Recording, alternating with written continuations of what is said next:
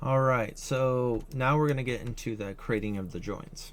So, or some basics of joints in general.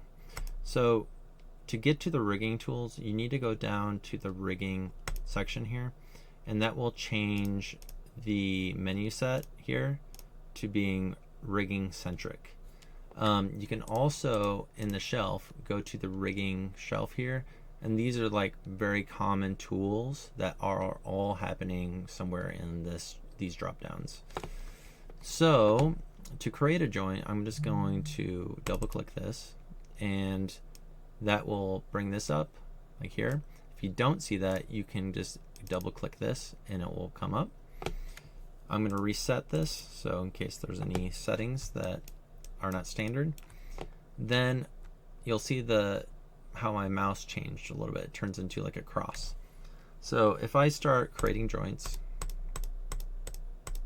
like this, you'll see that when I'll just drop this down, that it created all this. So it started at 7, probably because I have these other joints in here that I'll show later.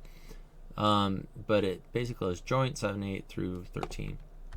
And you'll notice in here that there's a little kind of direction here, Y, Z, and X. And you can see how they're pointing to each other. So this aspect of rigging is really important in making your rig easy to use and a good rig. But it's kind of hard how it comes out. So we want to make that a little bit easier to see.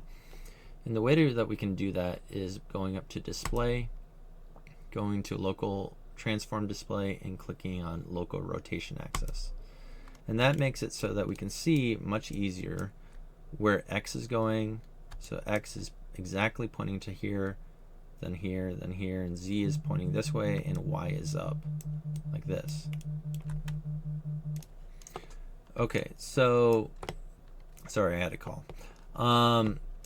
So we have all these local rotation axis, and they're all pointing in the right direction. So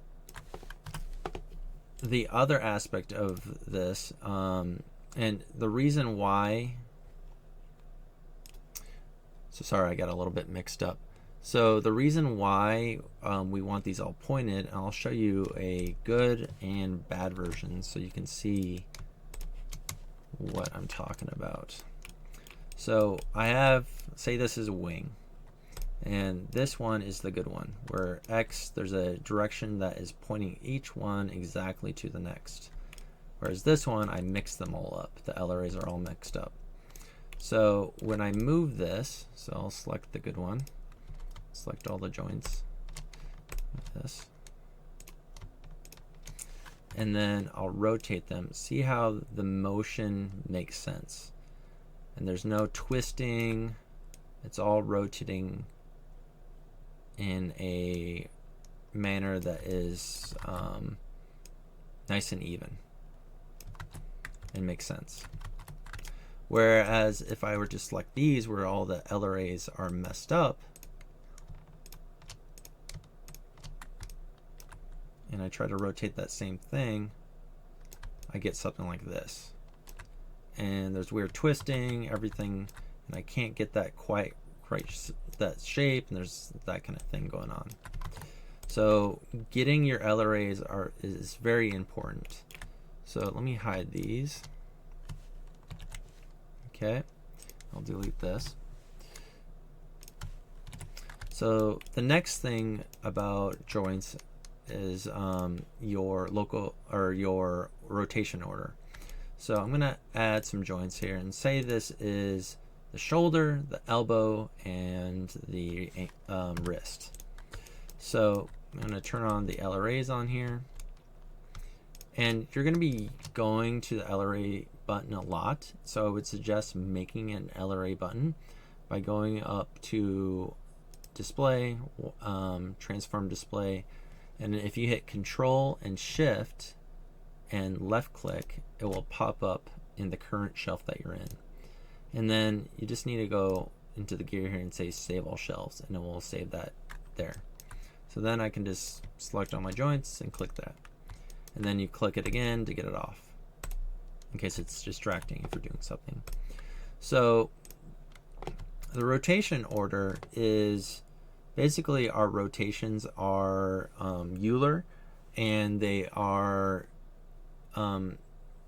not really what's happening here is right now I'm on object mode and it's rotating like this and everything's rotating with it, even if I rotate in all these different directions. See how the other rotation orders, and I can just rotate like this.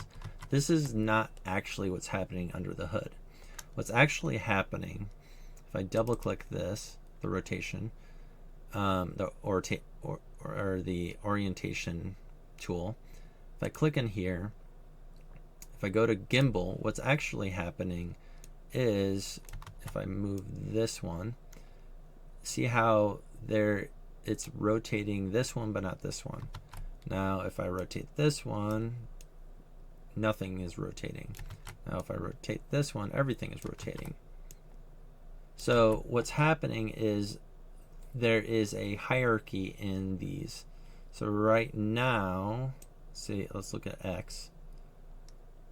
X in the rotation order is the highest, or is the lowest actually, because it's moving nothing. And then it becomes Y, which is the green one, and see how it moves X.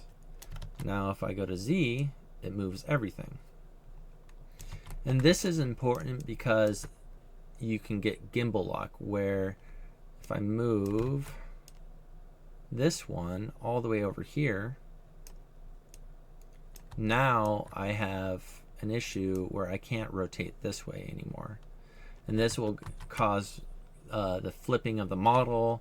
There's a weird twisting that happens. You can't get a straight line because it has to find the average of those things and move to the position.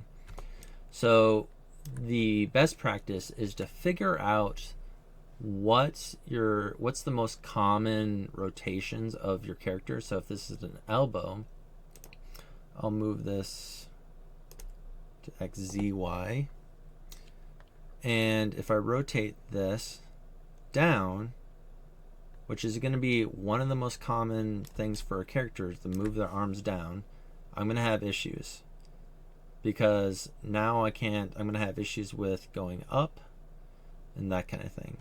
So XZY is a bad rotation order for this kind of rig. So we want to use probably XYZ, which is default. Now if I rotate this way, let's go back.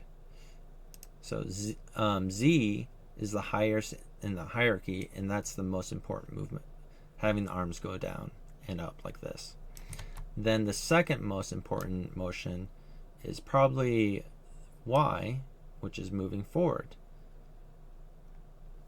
And then it would be X, which gives me a little bit of a twist in the arms, which is the least important. So you never can get away with some kind of gimbal lock in animation, but setting your rig up for 90% of the animation is the way to go, and how that character moves.